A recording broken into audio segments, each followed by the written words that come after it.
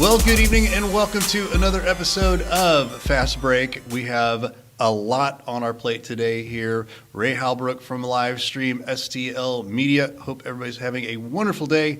And we are, it's episode 6 here, Scotty. Six. Scott the Freak there. And we also have BCAP coming in today here to kind of give us a little spice there. BCAP, how you doing, my friend? I'm doing good. Scraping the bottom to there get you me go. here. Our sixth man off the bench. That's Sixth right. man off the bench. Nothing wrong with that. So, so don't forget that this is what we do here at Fast Break. We're going to talk NJCAA basketball, girls and boys, the men's and the women there. Girls and boys basketball for the high school. We'll have a player of the week coming up here a little bit. And then we also have a special guest coach that will remain nameless at this point, but not for very much longer. Not much longer. I don't think so at all. So we'll just leave it at that. Keep them in suspense here, guys. And so, Well, of course, you're going to have something to pull them in. that's right. There you go. So stay tuned. We'll be right back.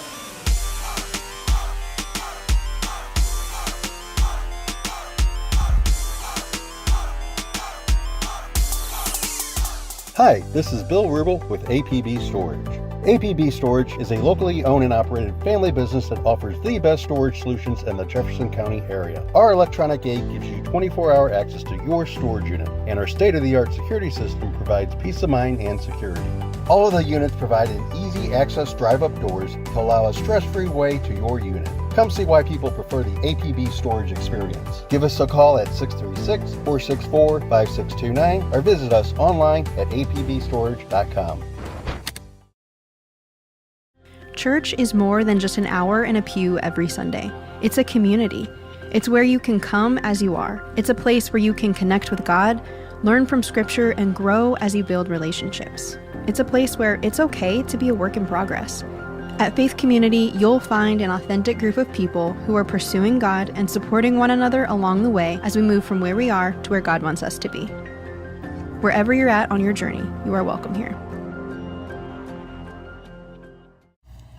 At Girardi Agency Missouri Farm Bureau, we're dedicated to safeguarding your present and securing your future. Whether it's auto, home, life, health, or business insurance, we offer comprehensive coverage tailored to your needs. We would love the opportunity to earn your business. Our office has been located in Hillsborough for over 30 years. Please contact our office today for a quote, 636-797-5800.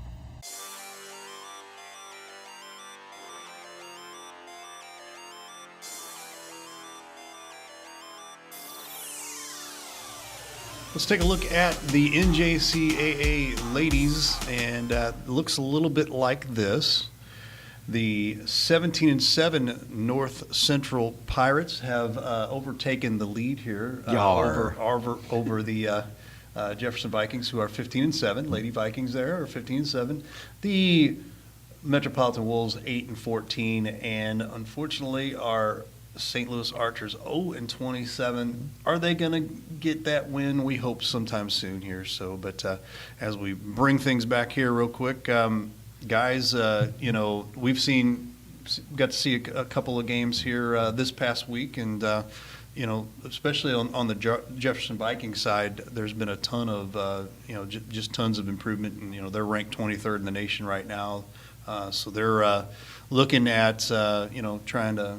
They got to get that win over North Central, because they did lose at home, on the road about 2 weeks ago. So.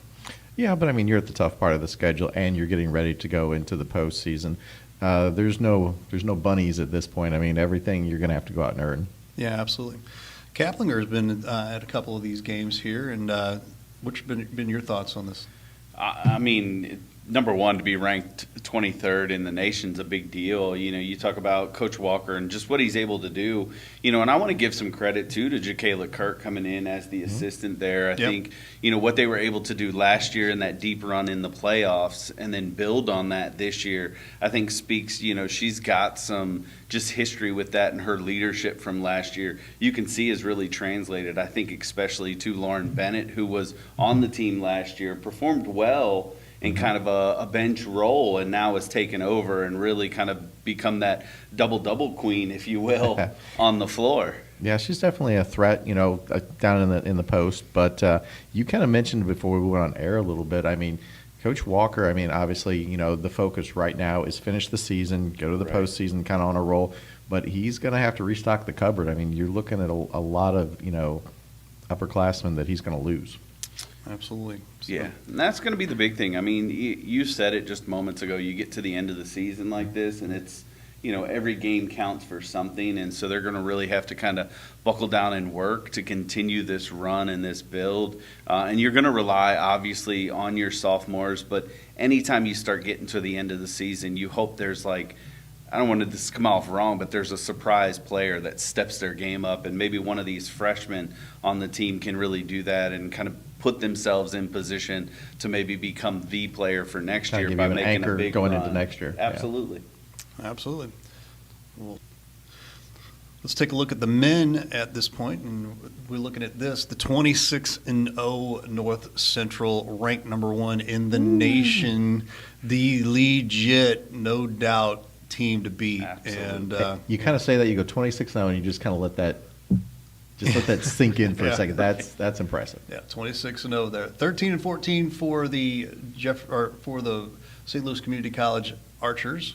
14-13 for the Metropolitan Wolves, and 10-15 for the men down there for the Jefferson Vikings. And I still am taking a look at between last year and this year for the Jeffco men. Unbelievable strides have been made, and just tons of opportunities. And even though that doesn't really kind of translate into the schedule and to the records all that much, I mean, definitely this team's a way better team than it was last year. Well, I mean, talent-wise, I don't know if this squad is head and shoulders above, but I think the program and the understanding of what Coach Walker's trying to get out of them, right, I think that translates well. And then, we've said there's a handful of games that could have gone either way. Yeah. So, I mean, you're talking 10-15, they could be 13-12. Right. Yeah, and I think the fun in a lot of that, too, is also, he's building a culture in Coach Walker there that now even players coming in, and especially with some of the new NCAA rules when it comes to, time for the athletes, can play a big part in bringing some players maybe from four-year universities that just aren't getting the play time to a program here at Jeffco on the men's side that's kind of relaunching. And so I think he's positioned himself well to build something for years to come right here. I like what you said there, culture. Culture is definitely, I mean, and you've got to put that into play, and it's going to take some time for it to take root to see, 2, 3, 4, 5 years down the road here what things could be like for the Viking men. But now they've got this, a pretty tough couple of games here. You've got conference games coming up here this weekend, Friday night and Saturday, right. And it's kind of rubber meets the road here, and this is what it's all about coming into the end of the season here. Yeah, you're going to 7-10 days, and then obviously, you turn it up for postseason, and at that point, win or go home. There you have it. Let's take a look at the girls' JCAA small school standings, and it is as follows: 11-3 St. Vincent. They are ranked 4th in the state right now, so pretty impressive run here for the Lady Indians here. 12-9 for the Jefferson Blue Jays. 13-10 for the impressive Crystal City Hornets. 8-11 for Grandview, and 4-18 got a few wins there for the Herculaneum Black Cats. And coming back to to land here, we're only a couple of weeks away from districts, so it's go time for a lot of these programs to get things going.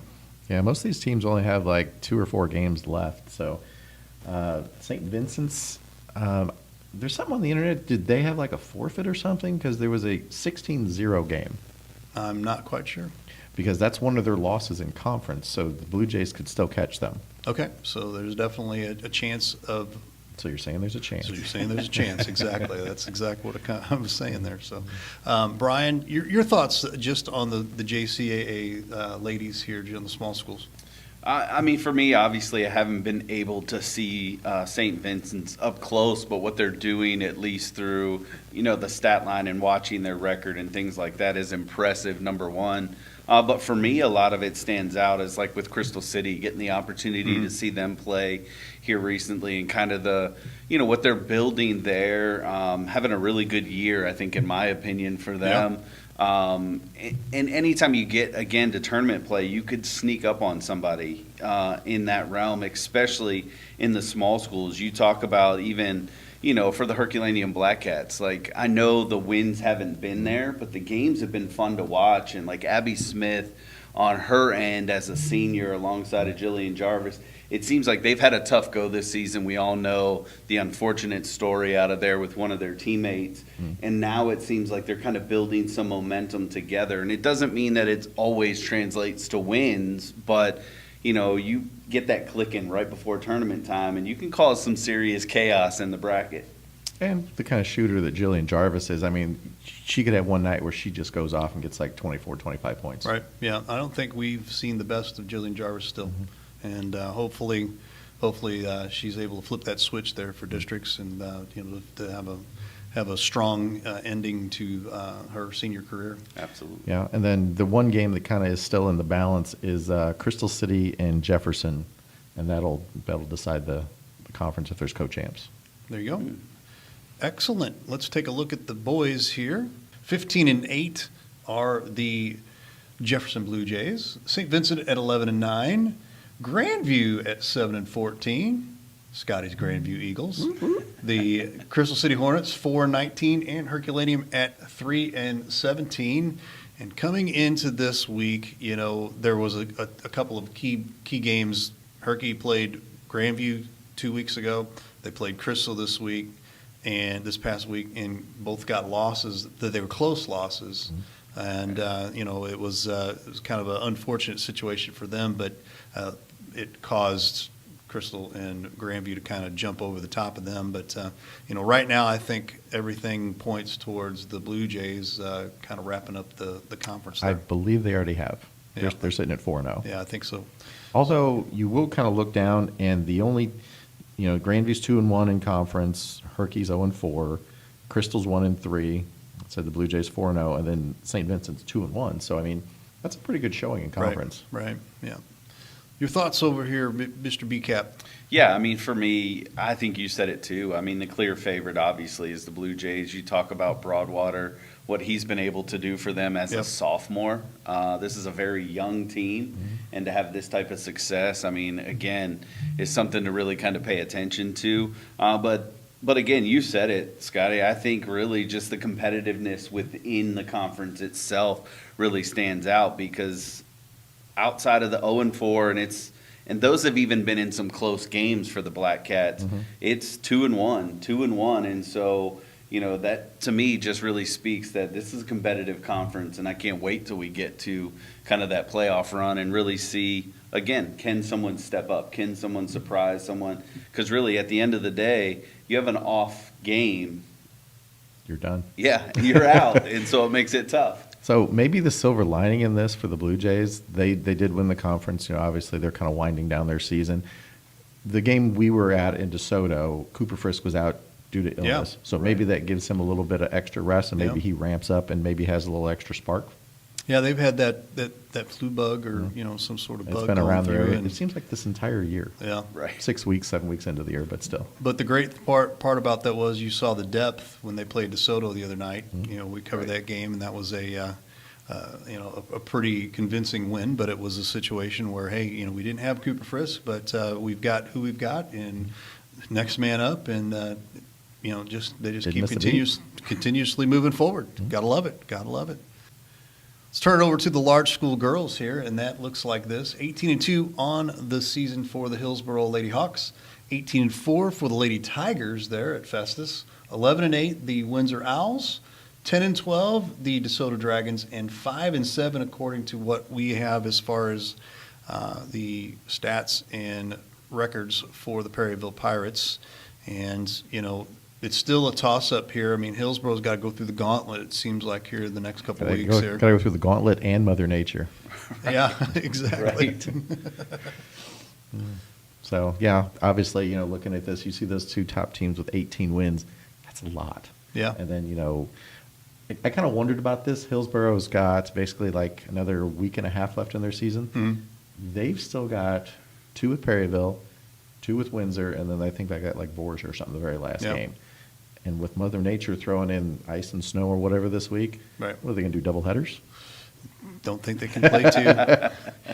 That'd be an interesting dynamic for sure. Yeah, I don't think they'll let them play two, but that'd be kind of fun to see, I guess, in a way. I remember back in the day when you were a little kid, you could probably get away with that, but Oh, I yeah. don't think they can do that anymore. So, Caps, your thoughts on the large school ladies? Yeah, I mean, it has been this way. I had the privilege of being at Hillsboro when Festus came to town and kind of got that 1-point upset win. Wasn't at Festus when Hillsboro returned the favor by a few more in that game, and it's really just the two of them. I think they're going to battle each other out here. I mean, you said it. This next 4-game slate for them is going to be big because the conference is going to be decided based on how they perform. Obviously, in these 4 games, and you can't sleep on Windsor. They could sneak one out on you, and you've got to play them again twice, very close time frame, and so they're going to see what you have. But I mean, Hillsboro is the type of team that can still put it together. I mean, you talk about Matlock, you talk about Hilton, just their familiarity with deep runs in the playoff picture and just what the program is about. And so it wouldn't surprise me if they run the table and get this taken care of. But just one little hiccup one night, again, where you're not shooting the best, and all of a sudden one of these other teams jump in there. And Festus is right there. I mean, they're not a slouch in a team at all. Right. And again, that's going to be a fun one. Like, I just want to be at that game. Even if I'm not calling it, I want to be at that game if they find a way to match up in the finals. Yeah, and we kind of talked about Cooper Frisk being out sick, and obviously the Festus game, Matlock, she was kind of battling a little bit of an illness, and with the weather and like I said, this flu bug and this whatever that's been kind of floating around, nothing here is for certain. That's true. That's true. And I'll tell you one thing, the pressure right now has got to be obviously on Hillsboro for, at least these next couple of weeks here. But, I'm kind of like you there, Cap, as far as I'm concerned. They've shown year in and year out that they can pull this kind of stuff off. So, Coach Hubbard is not phased easily. Right. Yeah, I agree. Let's take a look at the JCAA large standings for the boys here, and it is as follows. On top, obviously, the Windsor Owls there at 14-6. Who? The Who is on top? Yeah, that's right. 14-6 Windsor Owls. 11-10, the Festus Tigers.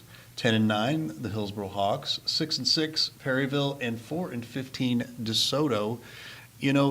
I was going to ask you this here, Scott. Does Hillsboro at all have a chance to still capture or at least tie with Windsor for the conference?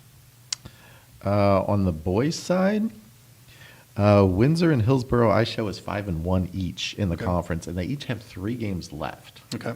Which, for some reason, Festus and Hillsboro play each other 3 times this year, I think maybe one time might have been a tournament too, possibly. But so that doesn't count as a So then they're conference both game. 4-1. So there you go. So 4-1. Mhm. All right. So I love what Windsor's putting together here. I hope they're able to hold on because even with Noah Barnes leaving, by the way, he Mr. signed today. Cash Barnes. Mr. That's Cash right. Barnes, he signed today with St. Louis Community College. According so to we'll be who? covering him as well. According to who? Who gave us that information? Jeff Whitener. Jeff Widener. Jeff Whitener. So there you go. I like it. So thank you, Jeff. get your voice Yeah, we hope you get your That's voice right. back there, Jeff. And so, I mean, taking a look at the Windsor Owls at this point, they've been in the driver's seat the entire season. And you They're hope on a that bit they're of a all- roll. Yeah, you hope that they're able to hold on, even though the Hillsboro Hawks are kind of creeping in there, and they could steal that away. Yeah, I mean, all of these teams that we're talking about here in that top third, they're all very athletic. They're well coached, and they're not going to blink. I mean, when it gets down to crunch time, it's just going to be who wants it more. Mr. Kaplinger, your thoughts? I mean, you both said it well. I mean, I love what Leighton Hollis is doing in his senior run with the Owls.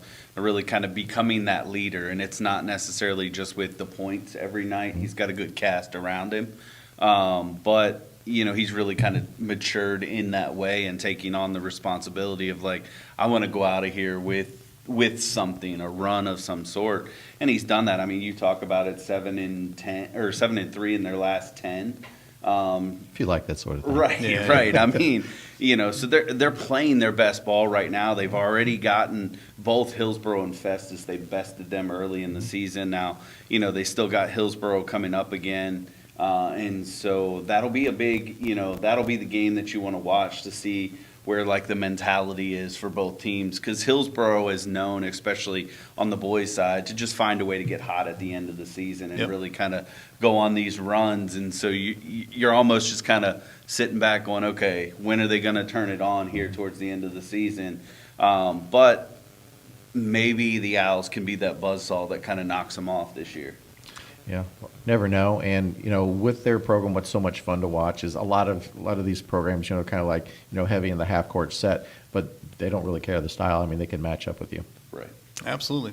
We've got a new segment that we're going to throw in here real quick, and I'm going to pull it up right now. And it's going to be the district assignments, and we're going to take a look at the very first set of districts here. And this is for the girls, on the girls' side, the small school girls. We have St. Vincent. They're going to be in the Class 2 District 3. The Crystal City Hornets, Class 2 District 4. The Jefferson Blue Jays, Class 3 District 2. Over at the Grandview Eagles, same thing over there. The Class 3 District 3, I'm sorry, that was incorrect. There's Class 3 District 3. And then Herculaneum Class 4 District 2. So that's kind of a look into what they've got going on, coming up here in the next couple of weeks. And, out of all 5 of those teams, I think the Blue Jays have a good chance. St. Vincent obviously could end up running the whole table there, being ranked fourth right now in the state. But those are my 2 top teams there. You just never know with Crystal City, because they kind of set that up, on purpose to win their district, and then it's like, okay, that's just kind of a toss up, kind of a crapshoot on what's going to end up happening after that. But Crystal City always finds a way to set themselves up for success, especially when it comes to districts. Scotty. Yeah, I mean, like I said, you got to get excited. It's this time of year. This is what the grind is all about. This is what they've all the bumps, the bruises, the fouls, the the close games, the blowouts, all the practices. This is what they're all getting down to here. So good luck to all these teams, and we'll look forward to possibly seeing some action from them. Cap, your thoughts? Yeah, no, I mean, same thing. I think it's going to be fun to see St. Vincent if they can continue on the streak that they're on. I'm with you a little bit, maybe taking Jeff's spot a little bit here, and going to kind of hype up the Jays and what they've been able to do, their program there. I think it's Helena Lloyd, just 1,000 points, here recently in her run. And so they could surprise some teams, I've seen them a couple times, and Guffey has really kind of caught my eye as a big-time player for them. She always seems to come up clutch when needed, and that's important when you get into this time of the year and the runs. Yeah, I mean, that's where you iron forges iron. Iron sharpens iron. Yeah, that. There you There go. it is. There it is. I like it. Good stuff. Taking a look at the boys' side here. St. Vincent Indians at the Class 2 District 4. Crystal City is the same, it's Class 2 District 4. The Blue Jays of Jefferson, they're going to be Class 3 District 3, along with the Grandview Eagles. And then Herculaneum Class 4 District 2 should be an interesting setup here for a lot of these. But, again, I take a look at, Crystal City. Again, they always set themselves up for, a deep run here. I'm not quite sure what's going to happen this particular year, but, for Crystal City, they actually are picking up a little bit of steam here late in the season. But my bet to go deep would probably be the Jefferson Blue Jays. I think they've got a lot of depth, and they've got a good team chemistry from what I've seen, so I definitely would not bet against them. Absolutely. Scotty, or Cap? Yeah, I'm going to make it 3 in a row on that in a row. one. I mean, it's the Blue Jays, at least in this run of teams, that really has the opportunity to go. Like I said, they've got a good balance and a mix of veteran or older classmen in that realm, and then these sophomores that they have coming in. Just really, I think, is going to make it tough for anybody. Right. Anybody you see maybe surprising somebody from this?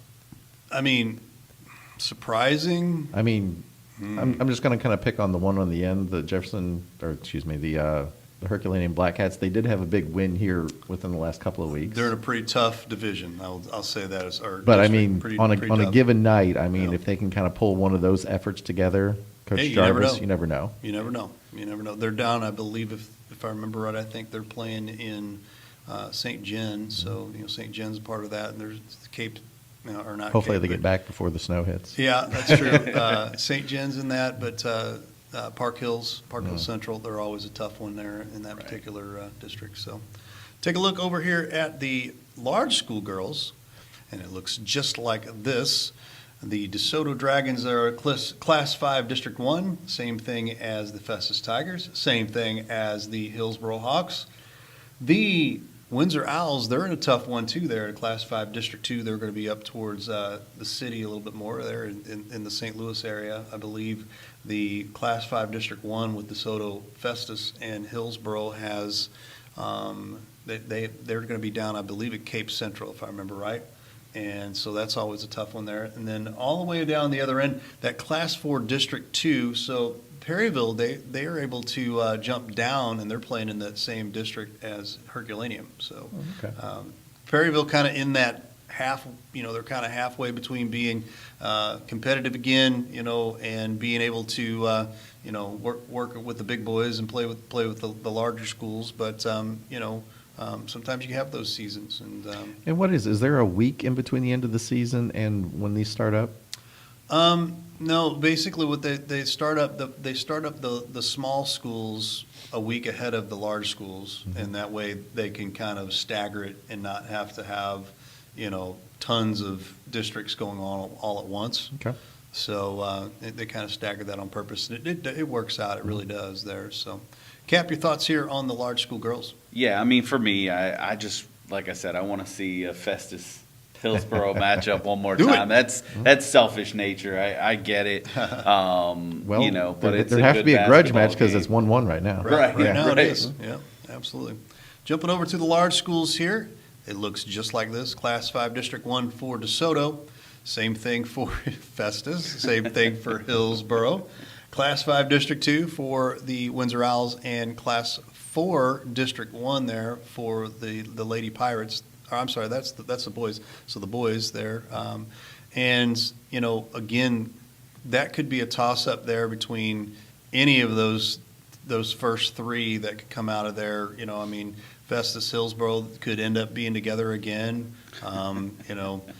Windsor again, they're in that district up with the St. Louis schools, so it makes it a lot harder for them to be able to come out, because it's like every other year they flip flop. They're back in that Class 5 District 1 with Hillsboro, Festus, and Right. DeSoto.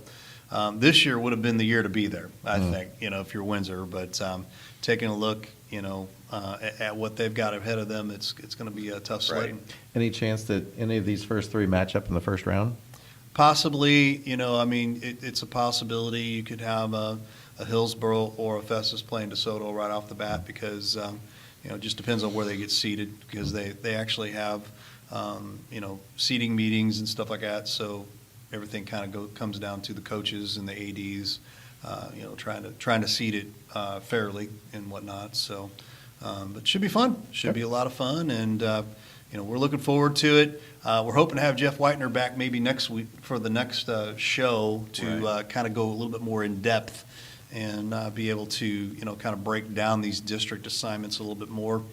We may actually be starting districts before our next show, so he might be big time in the thick of that, though. So, And obviously, he is the encyclopedia Opposite. of what you're looking Yeah. for The there. guru Yeah. of all things right there. There it is. And that's our look at the district assignments.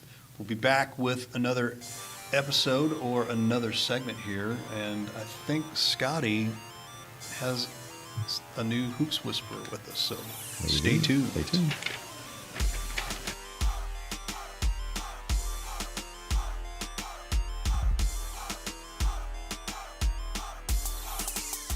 The House Bar and Grill at your Festus Pasta House is your place to watch all local high school sports live. That's right, I said live. Come in and enjoy all local high school sports brought to you live on our 5 big screen TVs from Livestream STL. Also enjoy our happy hour menu, which includes half-price pizzas, discounted appetizers, and drink specials. We are the best place to gather for your local high school sports, brought to you by Livestream STL at your Festus Pasta House on Highway A, where it's always a great time.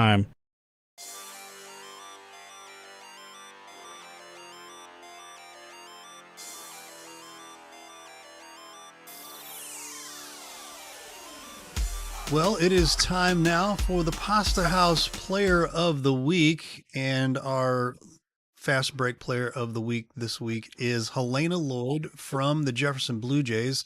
Helena, how you doing? Good. Good, good. Well, you've had a pretty busy couple of weeks here. Last week you hit the 1,000 points mark, which is a big feat nowadays. Big mark for a lot of great players. So congratulations on that. And then you also broke the school record in points. And how many points do you have now? 1,029. 1,029, and that's still an amazing feat too. I mean, Jefferson as a school, they've been about 13, 14 years old, so not very old, but you got your name on something that could be there for a little while at least at this point. And congratulations on that as well. What has it been like the last couple of weeks here with all of these milestones? It's been really exciting, and I'm really proud. But I wouldn't be here without my teammates and my coaches that helped me. And it's just been very fun this season to be with the girls that I've been with since freshman year and seeing my dream kind of unfold. So. Yeah, excellent, excellent. I mean, I know it kind of gets nerve-wracking at times. There's people keeping an eye on how many points you have and things like that. So I understand that. But let's talk a little bit about the girls this season here. The girls that you've been playing with, and we've been tracking the Jefferson Blue Jays for the last 4, 5, 6 years, and they've always had a pretty strong team every year. But this particular year here has been, you guys have gone through a lot of adversity, but the other thing is you've come through here right now. You're sitting at 13-9 on the season, getting ready to go into district play here. But what's it been like this season with the girls? Yes. A lot of schools that were around our size dropped us this season, so we had to pick up a few larger schools.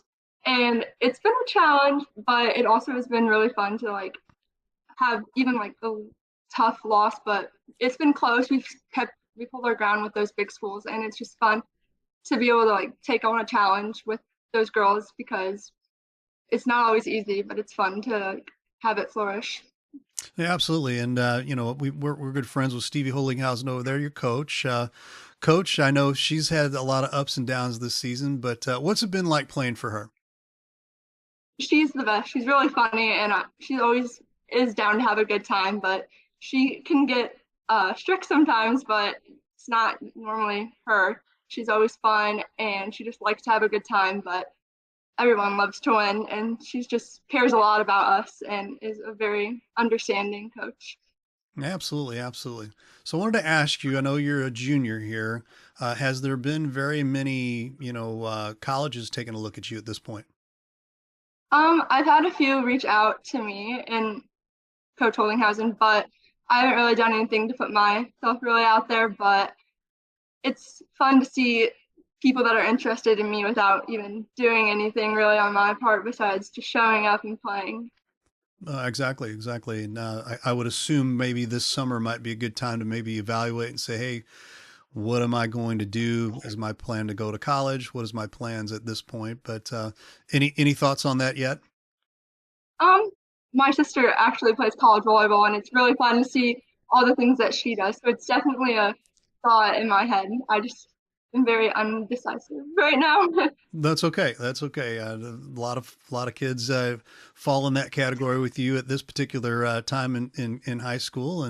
But I mean, the good thing is you got sister to lean on there to kind of give you a little bit of insight of what the college life is like a little bit here. But definitely, I would definitely suggest that you continue to lean on her for that. But hopefully, we'll see you again next season here, and be really interested to see what comes out of all of this. And we bid you good luck, but thank you again for being our player of the week. And we hope that you have a great rest of this season and a deep post run here.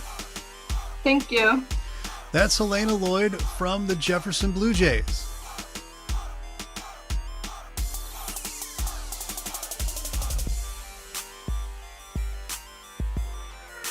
Hello, and it's time for our Coach's Corner here. This is our pick and roll segment here for Fast Break, and we've got on the line here Coach Dana Hearn from the Crystal City Hornets. Coach, how you doing today? I'm great. How are you? Awesome. Well, we've randomly picked some questions here.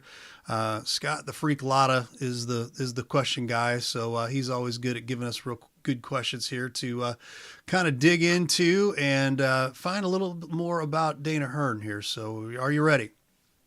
Yep. All Ready. right, here we go. Not to dwell on the past, but you were able to quickly turn around a program that won only 2 games last season. This year, you've had some nice signature wins and a pair of 4-game winning streaks as well. What has been your recipe for your team's success so far? I think just keeping the girls focused. A lot of them dwelled on last season, and it took a little bit this season just to get them to not even bring up last season. They would get into a point where they'd be like, well, last year, we lost to, or last year this happened. And so it was kind of a battle to get them to realize we're not in last season anymore. We're in a brand new season, and we're doing brand new things. But once that clicked with the girls, they were able to kind of refocus and know, okay, this is a new season. We're doing different things, and it's working. So it was nice. It was nice for them to be able to see that. Yeah, perspective's everything, isn't it, Coach? Mm-hmm. Yeah, question number 2 here. As a 2016 Crystal City graduate, you are not that far removed from a career that you saw score over 1,200 points. That's impressive. Are you able to tap into that playing experience along with life lessons to better understand and relate to your players? Yeah, it was funny because I was actually talking with somebody the other day, and I told them how crazy it was that I wish I understood the game like I do now, then when I played. Seeing it from this side, it's able for me to break it down easier to the girls. Because I know us girls kind of get in our head a lot, and we get stuck on the fact that, oh, this girl's bigger, I can't do this. But from this side of the playing field, I'm able to kind of see how to get around those adversities and help those girls. And I think a lot of those girls have responded really well to it. Awesome. Yeah, I mean, I agree with you on that completely. And being a former basketball player as well, you sit here and you take a look at things from afar. My gosh, if I knew what I knew now, Mm-hmm. and it always comes down to that question. So I get it. Yeah. Yeah. There we go. The interwebs indicate that you are an alum also of Jefferson College. Go Vikings. Much like some of the live stream SCL personnel. Oh yeah, I went to school there too. Do you have some favorite memories of your time spent there? So my first year, or my first 2 years there, I was just getting my associates, but I had this crazy chemistry professor, and he would just come in every single day, and he would be jumping up and down off of the table, off of our chairs. And so he made college fun. And then my other one was I was in the actual vet tech program because I was going to go to school to be a vet initially. Great. Nice. And so just some of the things that you get to see and experience with the animals and taking care of the barn animals, those were always great experiences as well. Nice. Very cool. Very cool. It seems you're extremely involved in youth sports, including your association with the YMCA. Can you quantify the amount of impact your involvement gives to the youth of the area and your own personal satisfaction? Um, Before I left the Y, I did do a lot of youth sports work. I worked in the sports department, and I eventually took it over as the sports director. And I ran a bunch of volleyball and basketball camps. And it's been kind of fun because going back to Crystal and teaching, I have so many of those kids that I had in those programs growing up. Two of them are actually two of my basketball players. So I coached them in that and refs their games, and then now I'm coaching them in their high school careers. So it's been very rewarding to see them stick with it and remember just those little itty bitty things that I taught them growing up. Um, so it's very nice. It's awesome to still have parents come up to you and say, "Oh, hey, I remember you from Y Sports Days, and we're so thankful for that, or you were so good." It makes me feel like I am having some type of impact on our youth. Excellent, and I think you do. Definitely from afar. Haven't known you very long, but I know that the things that I've seen you put your hands to definitely has some benefits there. So that's a good thing there, Coach. Thank you. Coach Edwards. Let's talk about Coach Edwards there over there at Crystal City. He's no stranger to this show here. How would you describe him from your perspective?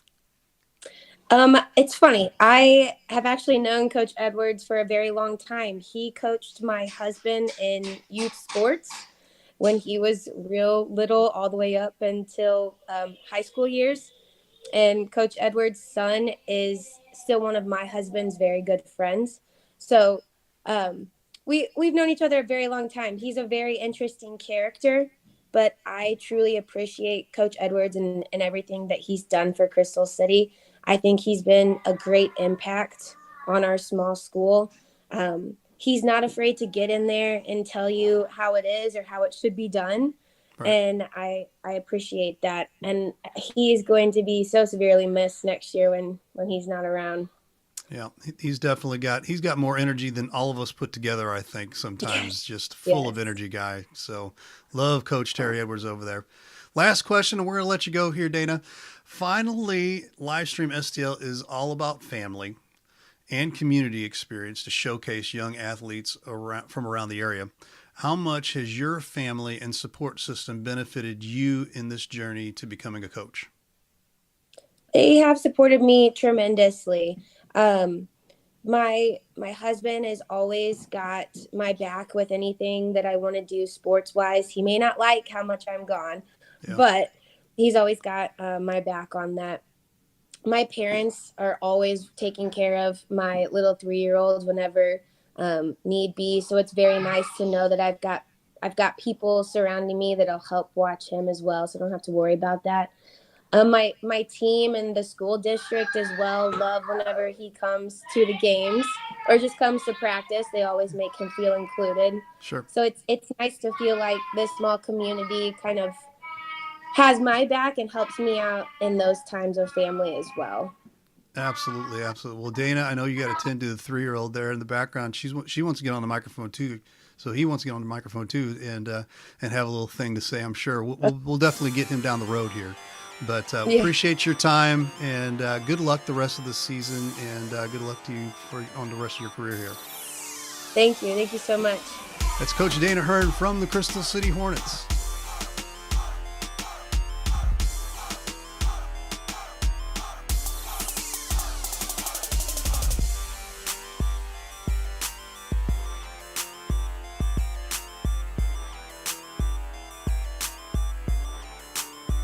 It is now time for the Hoops Whisperer, and this will be a fun one, I'm sure of, because we've got BCAP in the house to listen to this as well. But I am going to turn it over to the Hoops Whisperer, Mr. Scotty the Freak Lotta. And Scotty, if you haven't, BCAP, have you seen any of these before, the Hoops Whisperer? Small parts. A small part. Okay, so tell us, Scotty, the different ones that you've had up until now. Basically, I propose, you know how they have like the Winter Classic in hockey. I propose doing like a winter classic, but for like basketball, like on an outside court. I propose doing, you know, how they have like the celebrations in football where they dump the Gatorade. I was like, well, you can't really do that in basketball because you'd ruin the court. So you maybe have like a big thing of confetti, or maybe like, you know, it's like shaving cream that you would, you know, like just, you know, pie them with. Those are some of the different things I've done. Actually, last week I threw out the suggestion of, for the high school game, once you get to overtime, kind of doing an old school schoolyard horse game. There you know, go. Right. One shooter makes a shot, you know, next guy's got to make that same shot. And actually, the feedback from it actually was pretty positive on that vibe. So I was actually inspired to push the basketball boundaries just a little bit further. And I'm going to recite a poem inspired by this segment. Oh, my goodness. Shall I compare thee to a fallaway three? Thou art more likely to laugh, if I'm correctly done the math. Soon the madness of March will arrive to watch on Livestream STL TV. Livestream STL TV, I contrive. But I digress. I certainly must, or our viewers, their TV certainly, they will bust. So, but in all seriousness, I am issuing an open challenge to any coach in the JCAA to a game of horse stables. So it's horse. But it's a longer, it's more letters. It gives me a chance to actually make a shot. So horse stables is the game, but it's schoolyard horse. And how do we play it? One player makes a shot, the other person has to make that same shot, or they get a letter. So open challenge, you know, all those letters, you know, somebody come humble me on the court. I'm sure I can find someone, you know, in the live stream, you know, to live stream the event. But challenge. Oh, I will be up there. I'll be up there in a heartbeat. Challenge has been extended. There it is. I'll referee. Hey. Make sure that, you know, like, no. He did the, you know, the 3 hops and then the layup. You got to do 3 hops and a layup. You did right hand. Right. It's left hand. Yeah. And no dunks. There'll be $25 afterwards. So Yeah. From Scotty to make sure he wins. It's okay. I'm sure we can get some sponsors. Maybe they'll throw in I love it. some burgers. Some APB storage, or That's right. Let's do it.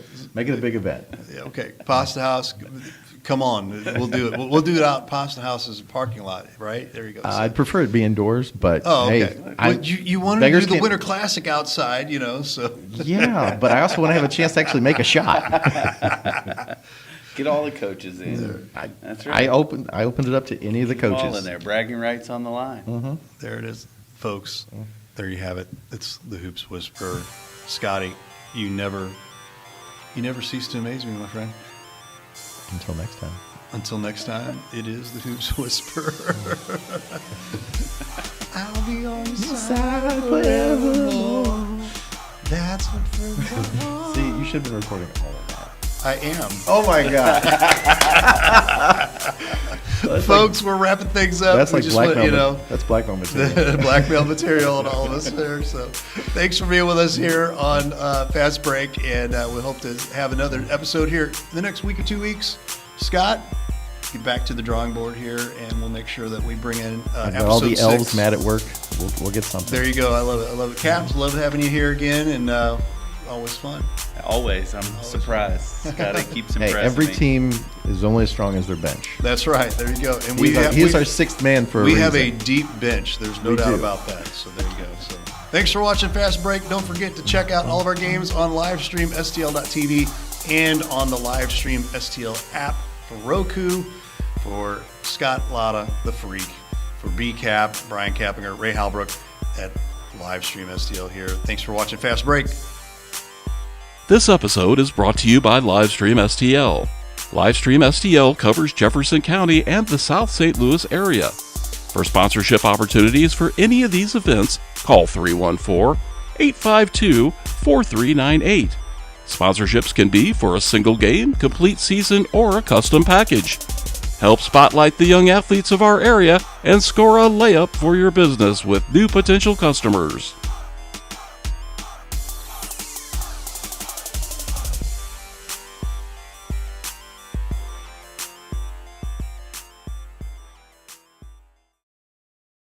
Thanks for watching today's broadcast. Any unauthorized use of this broadcast without the express written consent of Livestream STL is strictly prohibited.